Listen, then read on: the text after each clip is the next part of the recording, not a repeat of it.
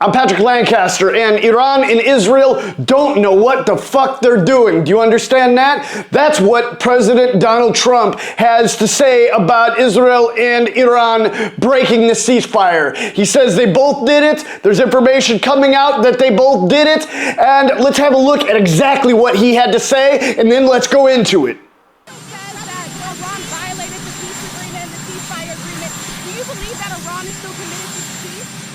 Yeah, I do. They violated it, but Israel violated it too. Are you questioning if Israel is committed? Israel, as soon as we made the deal, they came out and they dropped a load of bombs, the likes of which I've never seen before.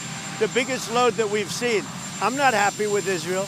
You know, when I say, okay, now you have 12 hours, you don't go out in the first hour and just drop everything you have on them. So I'm not happy with them.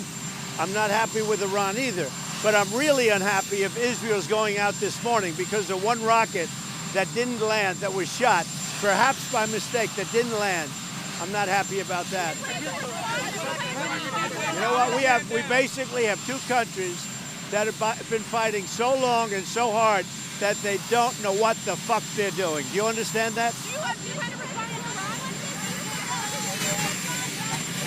A load of bombs dropped on Iran by Israel at the likes of which we've never seen. And obviously, he says, very upset with both sides for breaking and making this ceasefire crumble as fast as it was put into place. And as I said in my last video, commanders don't always listen to the brass. And it takes a lot of time, several days sometimes, to really get a ceasefire to take hold. And even Donald Trump understands this.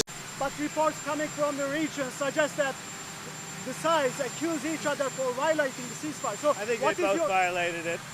Yeah, I'm not sure they did it intentionally. They couldn't rein people back. I don't like the fact that Israel went out this morning at all, and I'm going to see if I can stop it. So as soon as I get away from you, I'm going to see if I can stop it, okay? Have you spoken to him this morning? How confident are you that Iran's capabilities have been completely demolished? I think it's been completely demolished. I think the reason we're here is because those pilots, those B-2 pilots, did an unbelievable job. And you know, the fake news, like CNN in particular, they're trying to say, well, I agree that it was destroyed, but maybe not that destroyed. You know what they're doing? They're really hurting great pilots that put their lives in the line. CNN is scum, and so is MSNBC. They're all, and frankly, the networks aren't much better. It's all fake news, but they should not have done that. Those pilots hit their targets. Those targets were obliterated, and the pilots should be given credit. They're not after the pilots, they're after me. They want to try and demean. Do you believe that Iran can rebuild its nuclear program? No, Iran will never rebuild its nuclear. From there? Absolutely not.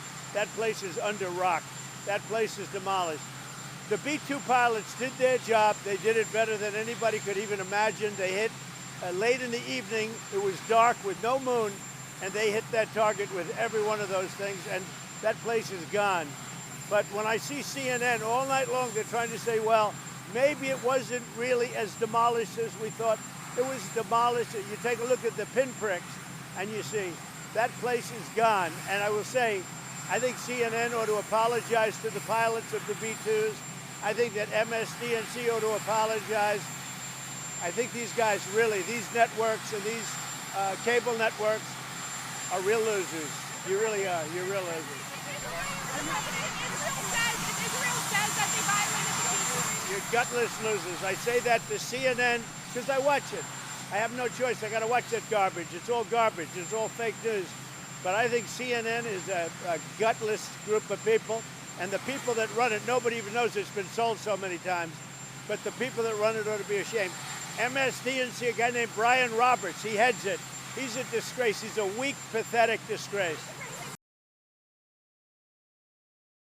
And it seems he was not able to stop it. Here's an image of an Israeli Air Force attack just north of Tehran, the capital of Iran. And this started from a statement from Israel saying they recorded launches of ballistic missiles by Iran. Apparently, Israel recorded the launch of ballistic missiles by Iranian forces, and these words on social media are linked with this video reportedly showing a launch of what appears to be just a single missile of some sort. Now, is this supposed to be the exact missile or ballistic missile that was recorded by Israeli defense forces? Or maybe this represents part of the anti-air defenses, the Iron Dome, trying to engage a ballistic missile over Israel. It's not exactly clear what this video is yet, but what is clear is the Israeli defense minister has ordered their army to respond decisively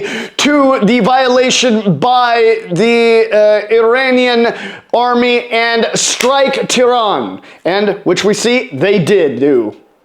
And Israeli media is saying that that attack on Tehran was the completion of a response to Iran breaking the ceasefire. Well, it's not really clear what this ceasefire was exactly, because it was a 12-hour window. Okay, Iran was supposed to stop firing first, and then Trump gave Israel another 12 hours, but then he was mad because they were firing a huge amount of what they've got during that 12 hours. I've seen a lot of ceasefires in my day, in many wars, and I'd say this is the most confusing of them all so far. Hopefully things get a little bit simpler and the ceasefire does start to actually kick in and hold, and people will not continue to die, and this will not come into another forever war.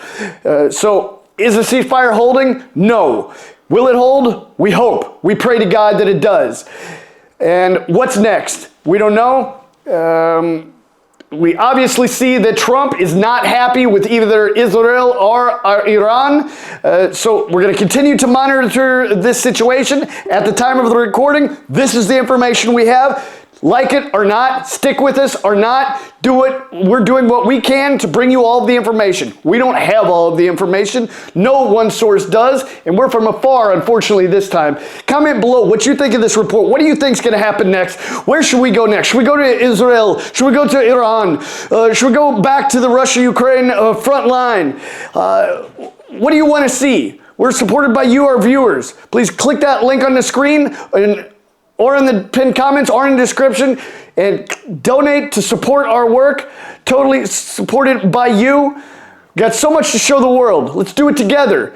Also, click on that Substack link and subscribe to my free Substack blog. So much more information goes there than just here on YouTube.